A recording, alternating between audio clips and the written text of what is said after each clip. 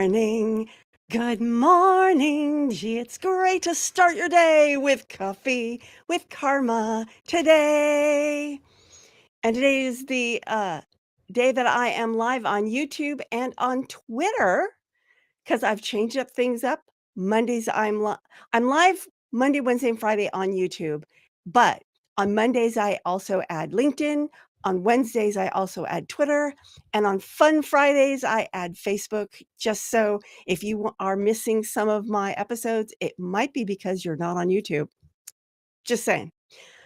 Anyway, today I'm going to be talking about how the artistry of sushi can help you be a better author and book marketer. How do I make that connection? I don't know. I don't even like sushi, but sushi is beautiful. I have to admit, it is an art. These sushi chefs create beautiful food out of food I don't want to eat. It's just me. I don't like sushi. I don't like fish. I don't like raw fish. I don't like seaweed, and I don't like rice that tastes like seaweed. Just go figure. Anyway, let's get to the point. So, idea number 1 is attention to detail. So, just as sushi chefs, say that 3 times fast, meticulous I can't even talk this morning. Meticulously prepare each piece. Focus on every detail of your content. Ensure accuracy, relevance, and quality in every piece you create. Now, I'm just going to say that mistakes will happen. And if members of your audience are going to nitpick because you forgot a comma or maybe misspelled lose instead of loose, but the content's good, then maybe that person's your peep. I'm just saying that because I have been a professional in the communications industry for 30 plus years, and mistakes always get through. It doesn't matter how many people are editing that content. There's always like a misplaced letter, misplaced comma, something always gets through. So don't obsess on it to that point, because honestly, if someone's going to nitpick those kind of things, they're not getting the point. What's important is the content that you're providing is high quality. So, for example, this episode right here, I clearly was having trouble pronouncing words, but the information I'm imparting is valuable. Just saying. Okay, thing number 2, balance of ingredients. Sushi requires a perfect balance of rice and fish and seasoning, and that's how they create the flavors that sushi lovers love, is because there's that balance. Similarly, you want to balance the different content types that you do. So, for example, you like you can have a blog, you can have a podcast. The podcast can be in audio, it can be in video, it can be in both. It can be on Twitter sometimes and YouTube. You have image posts, you have text only posts. Mix it up because your audience is going to be a mix of learning styles and communication preferences. So if you can communicate in multiple modalities, you're going to reach more of your audience.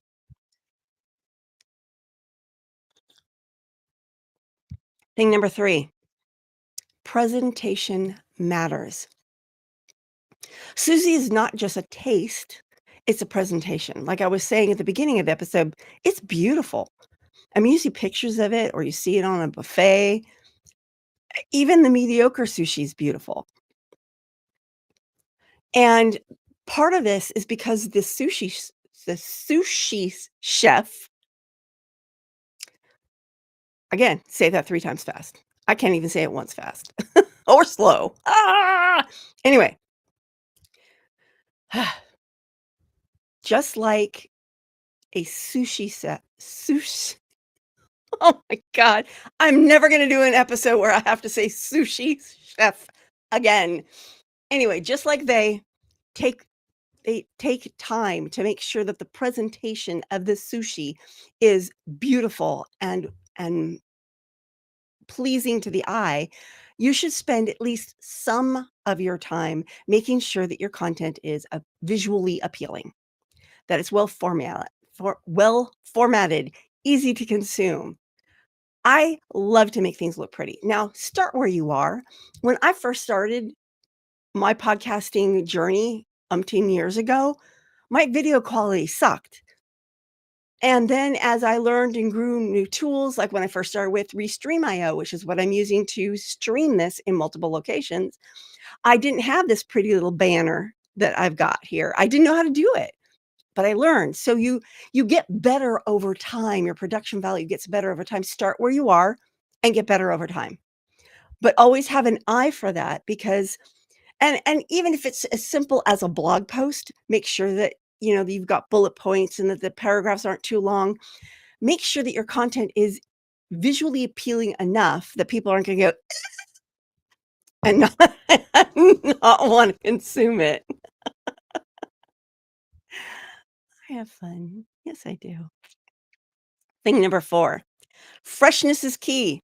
Sushi would taste like crap if the ingredients were not absolutely positively fresh.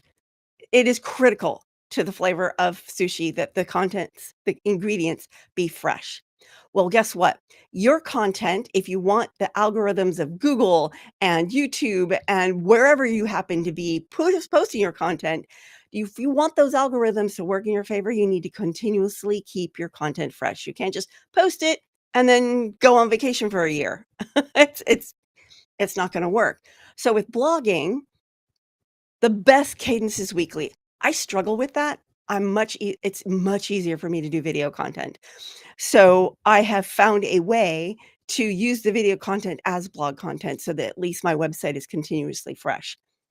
Um, if you're going to be doing live streams, you want to do them at least one at a regular cadence. A regular cadence. I know some people say you need to do it once a week. Some say you need to do it once a month. Find what your audience wants and stick to that. Find what your audience wants and stick to that. And finally, tip number 5, mastery through practice. Sushi chefs don't become sushi chefs, or at least master sushi chefs, because they read about it and then started doing it. No, they perfected their craft through practice, practice, and practice. And like I've been saying, this podcast has evolved since I started it in October of 23. My presentation, what I talk about, how I my little frames, the whole thing, everything, it's been a growth and improvement and mastery. If you see some of my early podcasts, my first podcast was the Genre Traveler podcast. It was audio only. I used one of those dial-in teleseminar companies. So the sound is crap. I didn't have a good mic.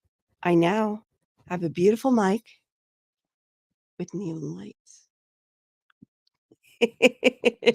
Not that you care, but this is an evolution over time. You master your craft by practicing it, doing it, making tweaks to make it better. That's how you get to be an excellent content creator and author. It's evolving over even if you're only gonna write one book, that book will evolve over time. You'll start with the idea, then maybe you'll outline the idea, which is what I recommend. Then you'll start writing the book and realize that the outline didn't have everything that it needed to have, and it had some things that it didn't need to have, so the book evolves, and then you start editing and the book evolves some more. That's okay, that's part of the process. It's an improvement and increasing mastery as you go through the process, and that's how you become better at what you do. So, there you go, 5 things that a sushi chef can teach you about being a better content creator, and on Friday, when I will be streaming live on YouTube and Facebook, I will be talking about Knight Rider inspired ideas for your book marketing. Remember Knight Rider? And I'm talking about the original 1980s one with David Hasselhoff. I know they made a remake, it wasn't as good. But anyway, we're gonna go a little retro and talk about some marketing tips that could be inferred from the TV show of the 80s, Knight Rider. I will see you then. This is Carma Spence